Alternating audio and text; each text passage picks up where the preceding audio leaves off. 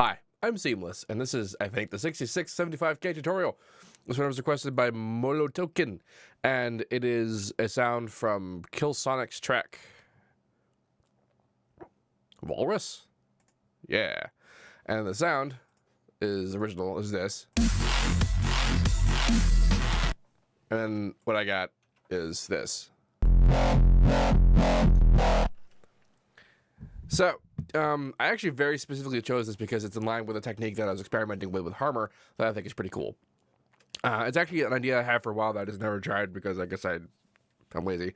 And is a technique that has also been used for this exact purpose for a very long time, just not with Harmer. The crux of what's happening is that I have a bandpass filter, and I'm using the phaser to do kind of cutting into it while it's moving around with the bandpass. So to show you what I mean, I'll do this with a new one. So you make a bandpass, and then I link this to X because we're macroing some controls here. So actually, what I'm going to do is I'm going to make it like this. And the reason I do this is because now I can use this parameter to set where the maximum frequency is, because this center position is where this position is. So now this is the top. When is that top? I can feel like, okay, that's a good max. Like right there's a good min. And I got a modulation I like. I'm going to turn the phaser on. And you can see what the phaser normally does. This is what it does. Like, it just creates the holes in the mixer in the spectrum to create the idea of a phaser. I'm going to turn the speed all the way off. So now it's pretty much just a comb filter. And comb filtering was sort of what people used to do this sort of stuff. But we can do some more interesting things than just a regular comb filter can do. So I'm going to link the position of it. So you can see, like, it moves it with the modulation, and it doesn't need to be that extreme, but that's pretty cool. You can also have it go against it, but right now we're moving it with it. And then I'm also going to modulate the width. Small like changes are usually better, so we're going to do tiny bits like this.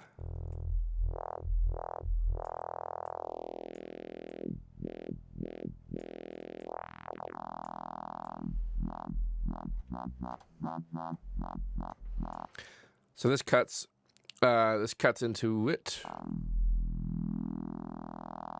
Pretty sure it's moving. Let's actually do the opposite position of the phaser width.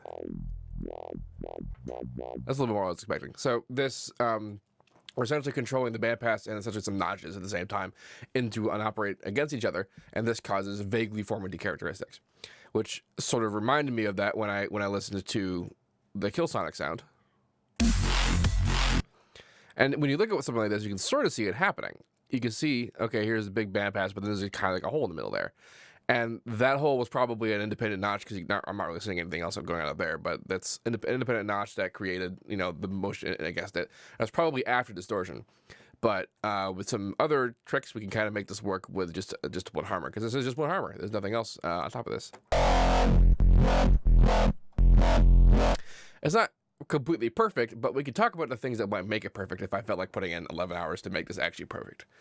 The quality of the formant nature is entirely determined by the phaser, and a little bit with the bandpass's position itself. So, for example, if I just move the offset and do it again,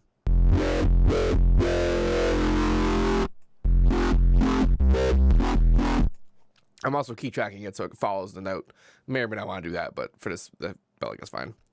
Same thing with the width. If we move that around.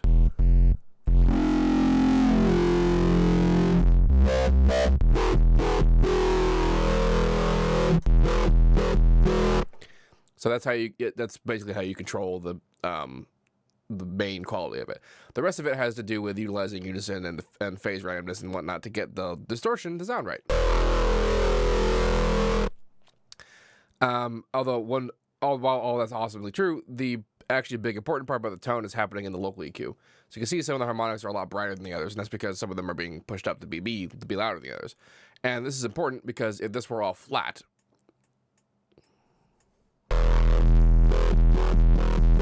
you see we're getting kind of lost in the bass. I have the harmonic protection on, and so there's at least a little bit of sub, most of the time.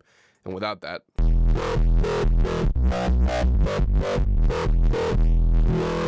kind of works, but doesn't quite have the same sort of feel to it. When you pushing up these particular harmonics, they're going to go louder into distortion, which means that they're going to get distorted more and survive against the really, really oppressive sort of sub.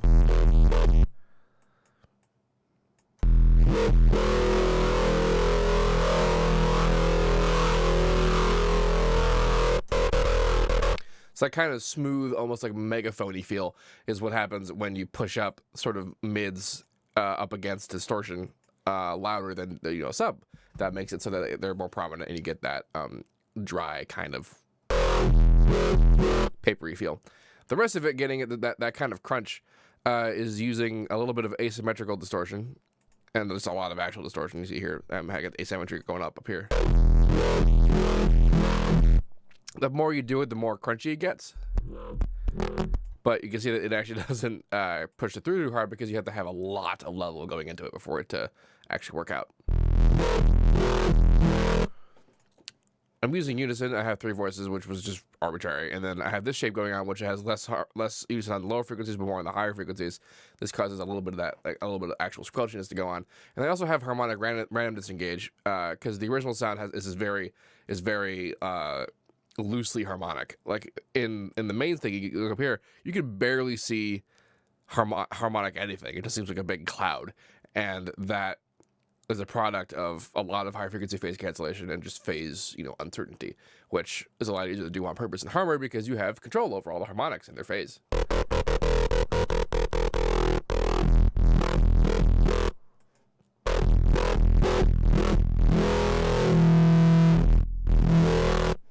Lots of options there. I have a little bit of chorus on. Like, I literally just turned on one voice and then put it before the distortion to kind of give it a little bit of extra sort of movement to it. A lot of these settings, while I knew what they were going to do, where I set them was pretty arbitrary. Like, I kind of moved around until it sounded good. I knew I wanted to mess around with the phase. It just happened to feel right at the maximum phase randomness on the spectral side. The difference between spectral and running is that running keeps all the harmonics together, whereas spectral makes every individual harmonics phase random. 3 voices, Unison, and the phase being there and the pitch being there, and then actually the shape. I kind of inferred the shape was going to be like this, but not specifically that, because I wasn't really planning on it. Phaser's position was accomplished mostly by just testing, and I'm using the octave mode. I'm using keyboard tracking for all I know. It could be better with the harmonic mode or the hertz mode, or even doing custom shapes. Like there's a lot of depth you can go into here to kind of get very specific results. However, for this particular sound, I didn't need to go that hard. Anyway, this Harmor will be available to download in the description of this video. If you don't have Harmor and you want to do this kind of thing, what I said before is pretty much what you want to go. You want to mess around with comb filters. Do that on or around bandpass filtering, and then just do the rest of the stuff the same way. Just Unison and distortion. The hard part is going to be stuff like in creating the phase randomness in the same way, because you can still do that with traditional subtractive synthesis. It's just a lot harder to get the right kind of layering and the right kind of Unison control to get it to equal that particular result. Which is why I like Harmor. Anyway, this will be available to download in the description of this video. If you have any questions about this, please let me know. If you'd like to make a request for yourself, unfortunately you can't, because the thread where I'm keeping track of all of this was archived a long time ago. We're almost done with these, and when I'm done with these, I'm never going to do any of these ever again. I might do something like one-offs every once in a while, but damn it, I'm just not going to do this. There will be something to do when 100K rolls around, but that'll be something completely different. And anyway, don't forget to like, comment, subscribe. I think I've already said that. And whatever. Have a nice day.